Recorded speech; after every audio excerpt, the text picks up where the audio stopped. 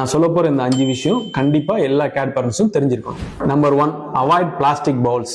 Plastic பவுல்ஸ்ல சாப்பிட்ற கேட்ஸோட சின்ன ஈஸியா பாக்டீரியாவும் ஃபங்கஸும் பிளாஸ்டிக் பவுல் மூலமா டிரான்ஸ்ஃபர் ஆயிடும். ஸோ நீங்க அதுக்கு பதிலாக ஸ்டெயின்லெஸ் ஸ்டீல் இல்லைன்னா செராமிக் பவுல்ஸ் யூஸ் பண்ணுங்க. அதை டெய்லியும் கிளீன் பண்ணி யூஸ் பண்ணுங்க. Number 2, sudden hiding behaviour. உங்க கேட் ரொம்ப நேரமா ஒரு இடத்துல உட்கார்ந்தே இருந்தாலோ இல்ல எங்கேயாவது போய் ஒளிஞ்சிருந்தாலோ கண்டிப்பா அவங்களுக்கு ஒரு சிவியர் பெயின் இல்லைன்னா ஒரு இல்னஸ், அப்படி இல்லைன்னா ஒரு எமோஷனல் ஸ்ட்ரெஸ்ல இருக்காங்கன்னு அர்த்தம். அந்த மாதிரி இருக்கிறது நார்மல் பிஹேவியர் இல்லை. ஸோ இமீடியட்டா அதுக்கு ஒரு வெட்டனரி அட்டென்ஷன் கொடுத்துருங்க.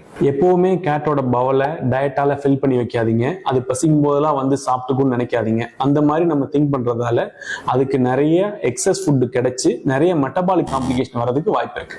Gates are very clean animals. ஜென்ரலா அவங்க இருக்க இடத்த ரொம்ப கிளீனா வச்சுக்கணும். அப்படி கிளீனா வச்சுக்கலன்னா அதுவே அவங்களுக்கு ஒரு பெரிய ஸ்ட்ரெஸ் ஆயிடும். Last and final, cats are very sensitive animals. So வீட்டில் ஒரு ஆள் இல்லைனாலோ புதுசா வேற பெட்ஸோட என்ட்ரி வீட்டில் இருந்தாலோ அவங்க சீக்கிரமா எமோஷனல் டிப்ரெஷனுக்கு போயிடுவாங்க. ஸோ பெட்டர் இதை நம்ம அவாய்ட் பண்ணிக்கிறது நல்லது.